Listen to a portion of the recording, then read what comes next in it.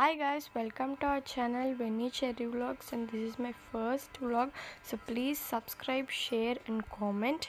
Happy Ugadi to all of you.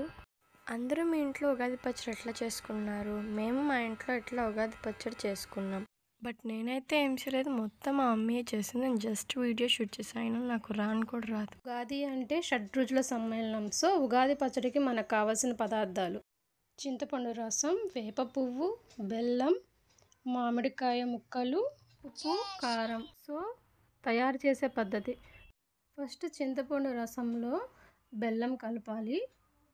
బెల్లం బాగా కరగాలి. తర్వాత మామిడికాయ ముక్కలు, పచ్చిమిర్చి, ఉప్పు, వేప పువ్వు వేసి బాగా కలపాలి. లాస్ట్లో మేమైతే అరటిపండు వేసుకుంటాము, అలా వేస్తే చాలా టేస్టీగా ఉంటుంది. తర్వాత అన్నీ కలిపి బాగా మిక్స్ చేసుకోవాలి. సో గాయ్స్, ఇదన్నమాట మా మమ్మీ చేసిన ఉగాది పచ్చడి. నాకైతే బాగా నచ్చింది. ఒకసారి టేస్ట్ చూద్దామా?